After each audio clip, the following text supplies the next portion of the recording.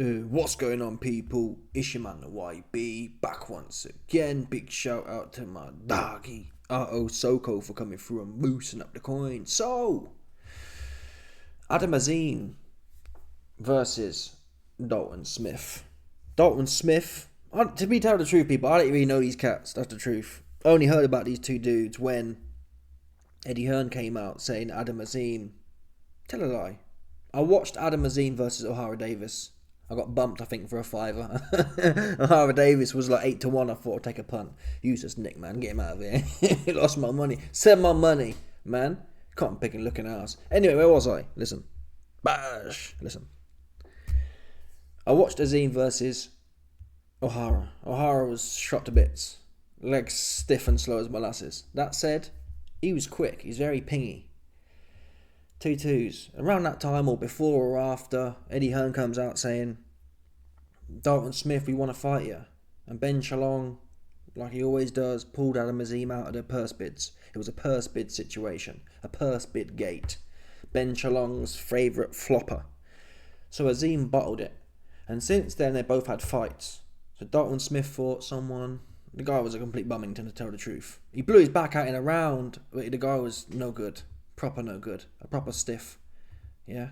When they talk about bringing stiffs in, he was a stiff, not a jobber. This Moody internet ain't even working, man. This guy is so much of a jobber, yeah, they couldn't even bring up the... Look, the internet's refusing to load it. Come on. Let's have a look at this guy. You can just tell from the common people. Come on. That's an alien there. That's not a common people. Look at that, look at that, look at that, come on. Look at that bonce there. Big old bonce. I told you before, these big old bonces here, these big long Egyptian mummy alien looking bonce, no good for boxing. I've told you that enough times now. Come on, people. That's no good. That's no good. So he was a big stiff. Anyway, Dalton looked good doing it. 2-2s after that. Dalton Smith put some bars out, which we've got here. But what's important is, before we get to all the little links I've got, is that, weirdly, Azim dealt with this dude at the weekend called Sergey Lipinets. I was going to put a oneer down, actually. You put 100 quid on Azim, you got £15 profit back. That's an easy 100%, but I couldn't... I don't know. I can't trust these, man. I can't trust the chops. Yeah. I can't trust the chops, especially after Eubank. Never mind the Mia Khan chops lineage. Eubank bumped my money, man. So I'm nervous about going big on winners as such. Because even Dubois nearly bumped me as well. Dubois versus Kevin Lorena, that almost went left. I had £2,000 on that to pay like, what, 300 quid back. No, was it 300? It's about 15%. Oh, it was more. No, 300 quid, that was it. Oops, he almost got knocked out. So I'm sceptical of putting relatively big money on dudes' inserts. Because they get clipped and it's like, oh, it's a big Kabbalah scam. Anyway, people, listen. Azim gets in there with Lipinets. And he did what he did against, basically. He's very good. He's very good. What I don't understand is, I think, honestly, I want to see the fight. That's what matters. But I think from what I've seen, I think Dalton he'll be too quick. He'll seriously be too quick. But Dalton's hard. He's hard. So we need to see it. And the bottom line is, yeah, whether I think Azim would win or not, why is Azim ducking, man? Why are you ducking for? These guys, I don't understand it. They're fighting bums. Like, Sergey Lipinets not a bum. He's a former world champion, allegedly. That said, no one wants to watch that. There's no grudge match there. So what are they doing? What's Ben Shalong doing, man? Getting jobbers in there. This guy really... Lipinets is finished. Jobber. Another jobber. In my opinion, he's a higher level jobber than Waleed. This cat here is Uiza. Waleed was no good. He was well stiff. But Lipinets is still... He's over the hill, man. Well over the hill. So why would you fight Lipinets and not Dalton Smith? And they want to give you the bars of, oh, well, he's a former world champion. As if that means something. It don't mean nothing, man. No one's interested. Seriously, yeah. I'd tune in and watch Azim versus Dalton Smith. They've built it for me already now. There's something there. That's what people care about. They care about the... do you know what I'm saying? They care about the... They care about the theme as such. That's what they care about. No one's interested in former world champion. If you're a former world champion, it didn't mean nothing. If 99.99% of the UK ain't never heard your name, you could be Sergey, Ahmad, Mohammed, Bruce Lee. No one cares. Get in there with Dalton Smith. Anyway, 2-2s after the fight. I can't play the footage. Obviously, all the highlights are on there. He's sharp, man. He's super sharp. Dalton's good too. I think Azim be too sharp. Unless it turns out, which is possible. If it turns out, which hasn't been the case, Sergei Lipinets did clip Azim a few times. They exchanged left hooks at one point. Azim got clipped, but his legs were solid, to be fair. So he's not showing the hereditary Amir Khan nephewness, if that makes sense. So if he can hold a shot, which is, we have to call it a spade here, he ain't been in there with no one. Yeah. I'm not saying no one, it's impossible to say someone's got a rock solid chin until they've been in there with someone decent. Can we even say that Dalton Smith has a rock solid chin? Who's he been in with? Jose Zepeda. He was alright at one point. Zepeda was alright at one point. Zepeda lost a close fight to Ramirez. And that Ramirez, I believe, he went on to fight Josh Taylor for undisputed. So he can't be that much of a punk. That said, we don't know how much of a puncher he is. And he's well washed. He's 5 years long in the tooth now. How old is he? 35. Which for them little man is quite old. So Dalton Smith ain't really showed nothing. That's what makes this fight good. Neither man at this point. I reckon they're both about the same level, is the truth. What's the KO ratio? Both got exactly the same KO ratio, 76%. They've both not fought nothing. This has got to be the next fight. I'm not interested in hearing from Ben Shalong about end of the year, start of the year, man. Because you know what happens with the end of the year bars? The end of the year bars turn into, oh man, cock-a-doodle-oo, and April 26. That's how it goes. When you start talking about end of the year, when it's the start of the year, and they're talking about the end of the year, what are you going to be doing for the next year? Fighting another Bummington? What's the point in that, man? Get in there. And people say, oh, Dalton Smith's older. Dalton Smith's only 27. I thought they were saying he was 35. He's 27. He's had 17 fights. Adam Azim is young. He's 22. He's had 13 fights. Tomato, people. It's exactly the same situation. Who cares? The age is really irrelevant, if I'm honest. That's completely irrelevant. It's not like he needs to season his skills. In my opinion, from what I'm seeing from Azim, he's more or less where he needs to be. It's not like his big gaping holes where you can say he can box. He's very quick. And he can fight against the level of opposition we've seen him fight with. And I'd back him. I'll see the odds. If the odds are 50-50, I'm going with Azim. I think the speed will be too much. That said, I will not be shocked if the Amir Khan chops gets exposed. That will not shock me at all. Yeah, it will not shock me at all. Then the Prince Nassim chops. He'd probably get up though. To be fair, Khan until he got sparked, he would get up. He'll get up here. The Nassim and Amir Khan chops, they'll get up still. So you got a good chance. Can Dalton punch that hard? I don't know, but Dalton to me looks more leaky deaky, to be fair. Little bits I've seen of him. He stands up a bit more. Let's have a look if we can get some So that's Azim there.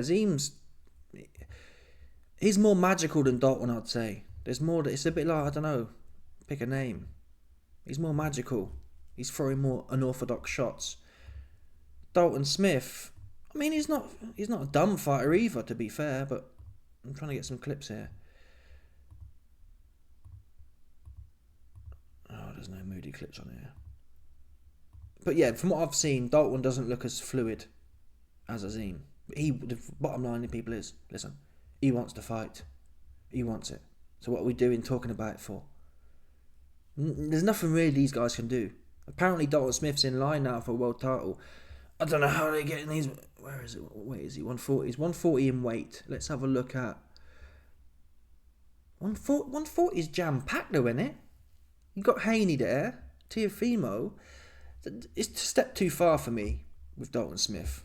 I haven't seen enough to say he's going to get in there and punch up Devin Haney, for example. No way.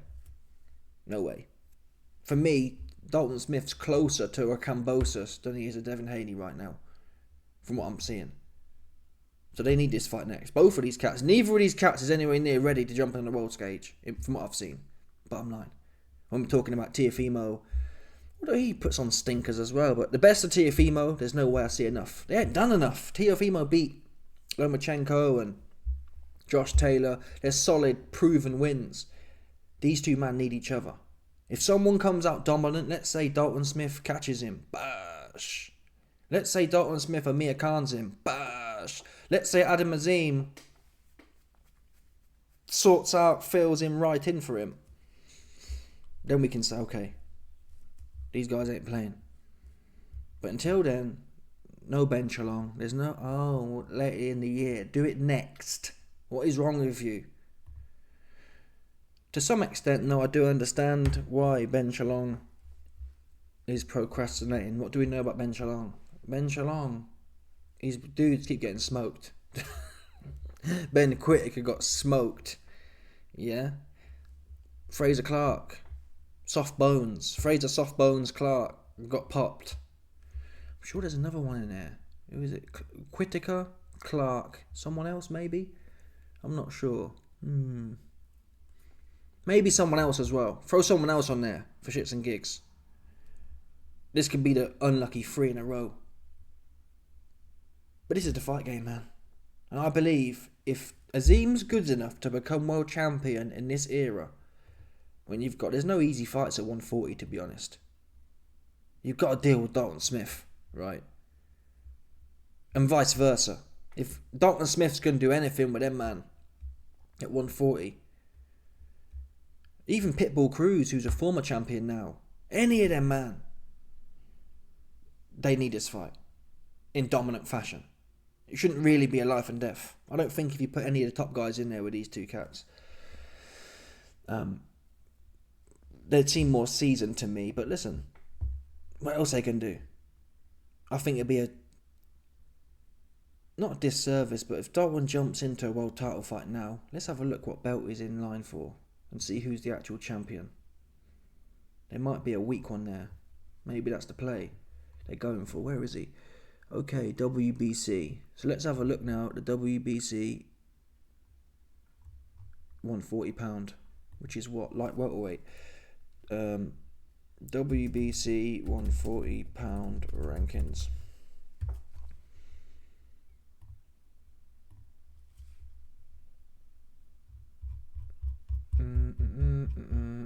Welterweight, junior welterweight, here we go. WBC, Dalton Smith, Sandor Martin, he can't punch for toffee, but he's awkward. Teofimo got boxed up by him, I'm not gonna lie. Teofimo got put, Sandor Martin put him down. I think he put him down twice as well, didn't he? Put him down. Sandor Martin's got like a Paulie Malignaggi type power, 20% KO ratio. He got punched for... He can box though, he can not even box, I'd call him, he can proper run, that guy. He pulls it off though. He can be... He boxed Teofimo's ass up, man. He made Teofimo look silly or not, that's the truth. So, in my opinion, Dalton Smith don't want Sandor Martin. He's proper hard night's work. Not a hard night. You're not going to get out to fight me battered, but he's just... You can't get your hands on him. You don't want to fight at all. He wants to faff around. Okay, so we got... Who's this? Alberto Puello. Never heard of him. So maybe... Fair play to Eddie Hearns. All these other guys... Richardson Hitchens. Solid. Jose Valenzuela, the guy who beat Pitbull, solid. Teofimo Lopez, solid. Alberto, let's check him out. I never heard of him. Not a day in my life. The WBC rankings are really weak, to be honest, at 140. You'd think, to be fair, why ain't Jack Catterall higher than Dalton Smith? Eddie Hearns obviously sucks Mauricio off. That don't make no sense. Eddie Hearns allegedly represents Jack Catterall as well. I'm sorry, from what I'm seeing, how could Jack Catterall be lower down? I'm not knocking Dalton, but what's Dalton done? I guess it must be the Jose Zepeda. But Josh Taylor beat Zepeda. Yeah? And Catterall punched up Regis Prograis as well. So I'm not sure why he's got bumped for this on this one for. Jack Catterall should be next for WBC, is the truth. Or they should do... Well, no, he shouldn't have any more final eliminators. But Jack Catterall should be up next for this Alberto cat. I'm not knocking Dalton, but he ain't proven that he's ready for world titles yet. Alberto Puello. What's he saying? Oh, he can't punch for toffee. 43%. Cuban, I think. So he'll be running around the place. One of them Cuban looking cats. Oh my god, he went life and death with Gary Russell. Is that the Gary Russell? The same Gary Russell? Or a new one? I thought Gary Russell was smaller. This must be a new Gary Russell. Maybe. Got no idea. Don't know who he is. He went life and death with him anyway.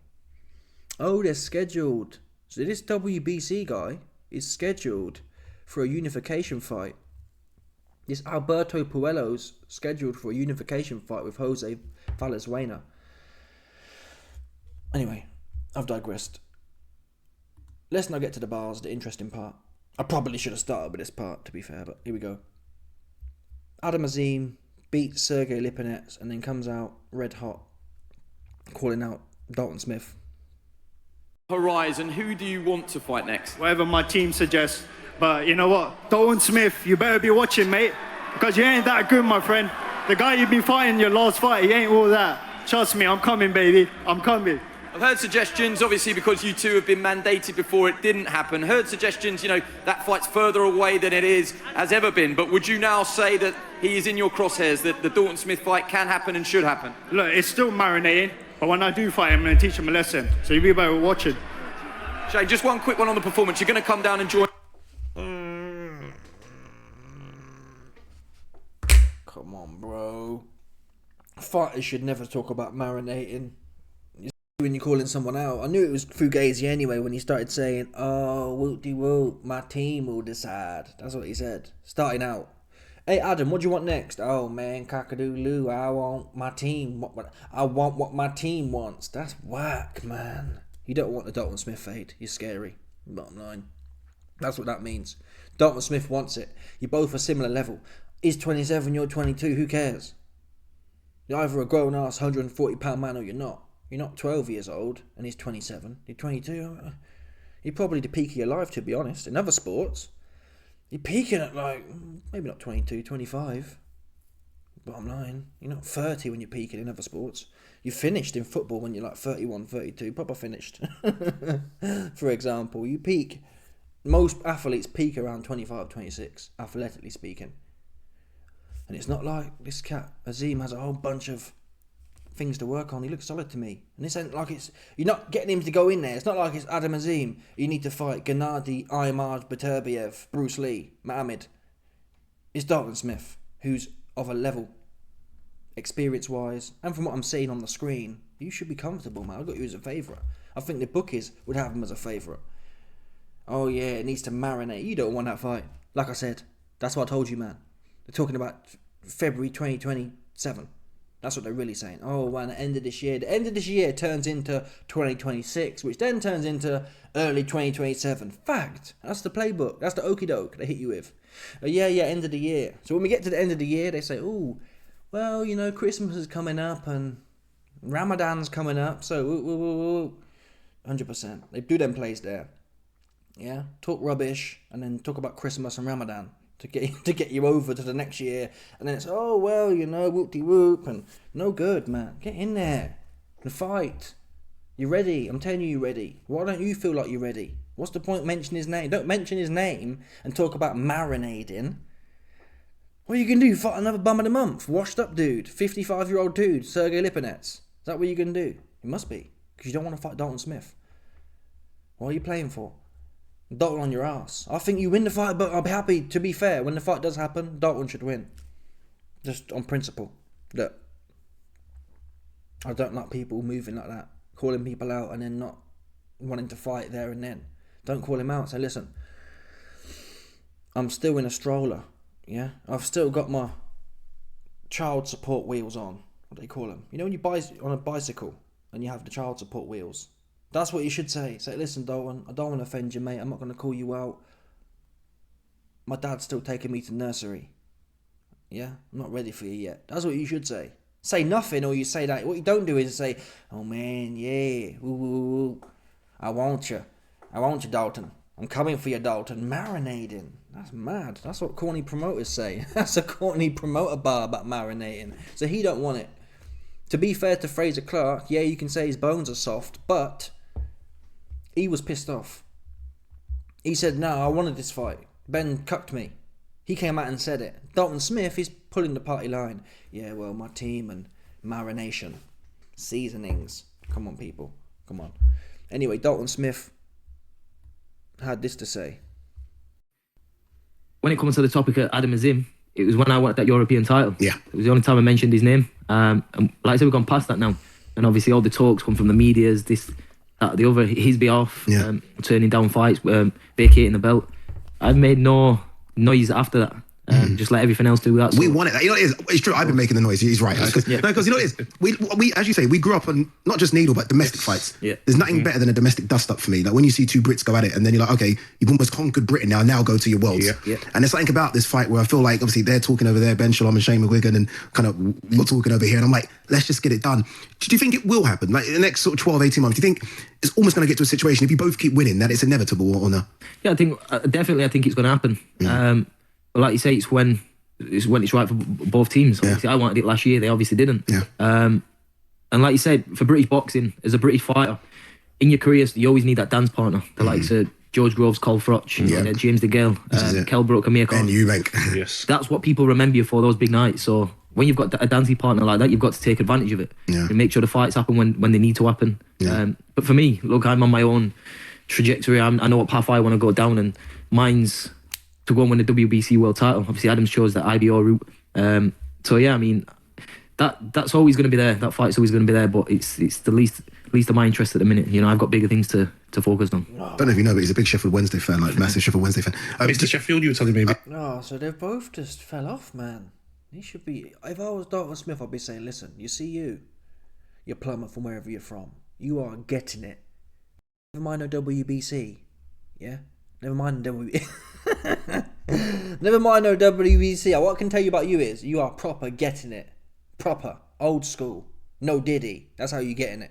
Yeah, the fans will be chanting no Diddy by the time I finish your ass. For sure. Yeah? WBC or not. I could take the WBC or I could not take it. I'll whoop your ass though. Yeah? If I was Dalton Smith, I'd come out, I'd say, listen, bash. I don't know if I'm fighting for the WBC or not. What I can tell you is you are proper getting it. Simple as that. Oh, well, I got my own path, and if it happens, and Kell Brook and Amir Khan, that happened 10 years, million years too late, people. You guys ain't in that, to be fair, yeah. You might go on to be kind of champions like Kell Brook and Amir Khan was. You make something of yourself at this point.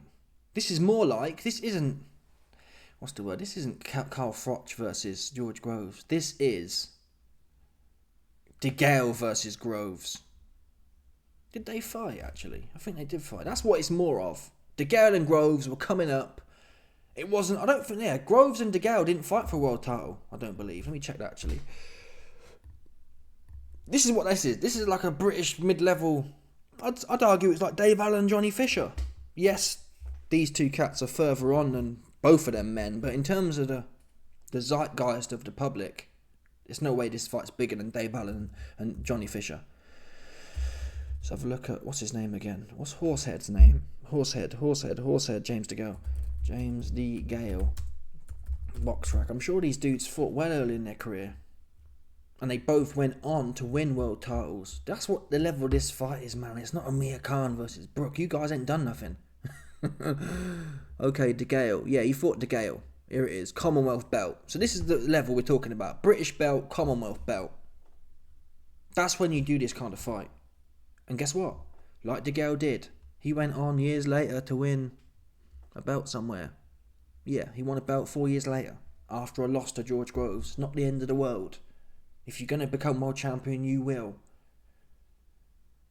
Too much thinking about politicking. It's not like Azim's in there with Canelo and it's a record payday. This is a solid fight that you need for your career, really.